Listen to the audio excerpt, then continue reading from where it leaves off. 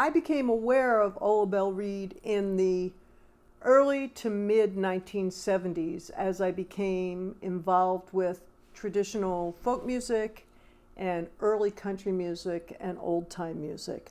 I believe we went to Conowingo, Maryland once to see Ola Belle perform in the 70s. It was awesome. It was kind of like, oh my God, I got to see the real person whose recording I've been listening to. And then in the early 80s, I got a call from Jason Pate saying, hey, would you like to meet Ola Belle Reed? And I said, of course I would. And at that point, I sung quite a few of Ola Belle's songs, and I had seen her perform a few times, I think also once at the Philadelphia Folk Festival in the late 1970s. You'd walk in that door, and there was always a big pot of soup on the stove. There was always some food. The first thing she thought, do you need something to eat? You know, she was that kind of person. And I also want to say that we really bonded a lot with her husband, Bud, who was truly one of the sweetest people on the planet, a really good singer, a really good guitar player.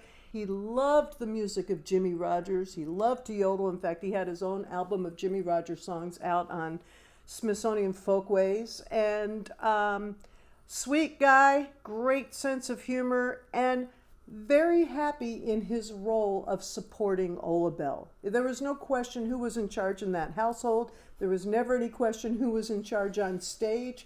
He was okay with that. And that was very comfortable to him. And I think he just, you know, he saw the gemstone and he said, I'm just going to help it shine. He was proud. He was really proud to be her support. It was really remarkable and wonderful to see.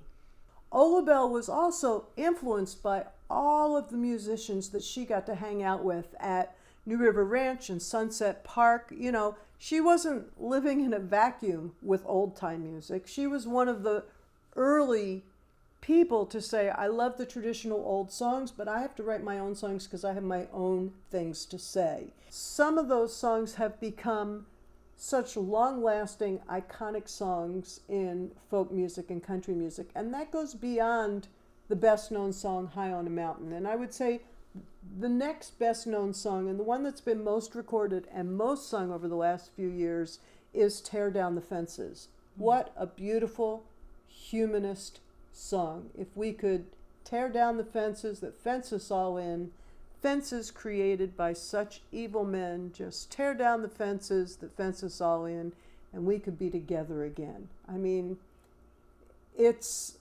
an anthem.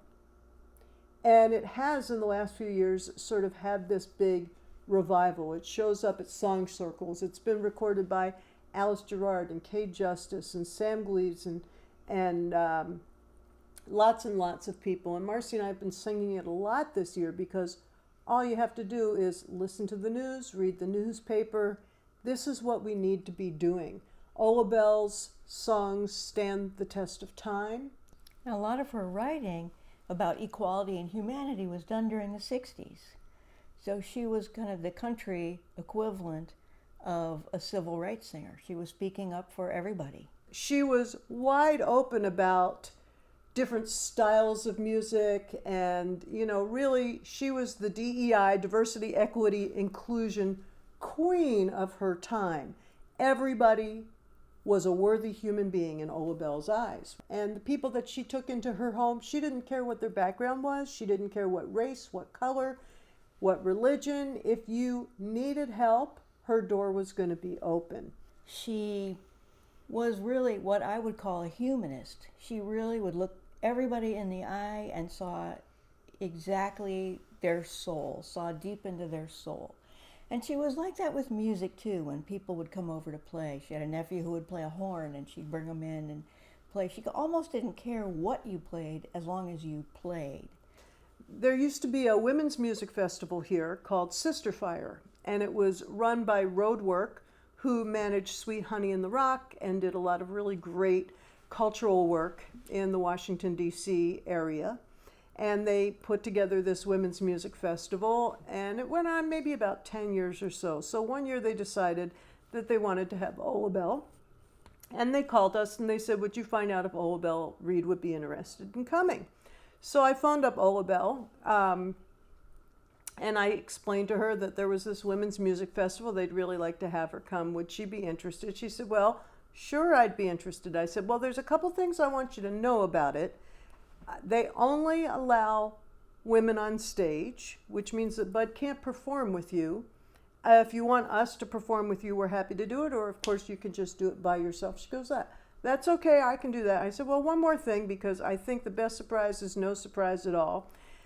A large number of people who attend this festival are gay. There's a lot of lesbians, there's a lot of gay people, and I just want you to know who you're performing for. This was, the late 80s. This wasn't so common in her life of going to a festival like that. And her response was, well, they're people too, ain't they? And she just didn't care. She just didn't care. She cared about people. There are so many new generations of young musicians coming up in old-time music who are taking up Ola Belle's songs. When we run around to various different old-time music festivals and gatherings and jam sessions, there are all these pods of kids who've grown up in the Junior Appalachian Musicians program started by our friend Helen White. They all learn I've Endured and High on a Mountain as part of their curriculum. And it's not just part of their curriculum, they become amongst their favorite songs. And I love seeing that. It's something that Ola Belle would be so excited about. And I don't doubt that if the Ola Belle Reed that we knew 25 years ago was in her prime right now, singing and recording, I believe that she'd in fact be a Grammy nominee. I think that people would be paying attention. And you see artists coming in looking through her catalog for songs we haven't sung before. Rhiannon Giddens does a beautiful version of her song, Gonna Write Me a Letter. And, so many other people are now combing that catalog for the gems that haven't really gotten to shine yet. That's very exciting. When Ola Belle had her first aneurysm, Bud called and we went running up there to the hospital, and Cathy took her banjo. And she was just laying in the bed. She had lost the use of her left side but hadn't had the full issues yet. And we couldn't really tell if she could hear us or not. She had her eyes closed, and Cathy put the banjo on her and said, Ola Belle, if you can hear me, I got a banjo right here. Lift up your hand and play this banjo. And her right hand came up and she strummed it. And we could just tell that it was a magic inspired moment. It was wonderful to see.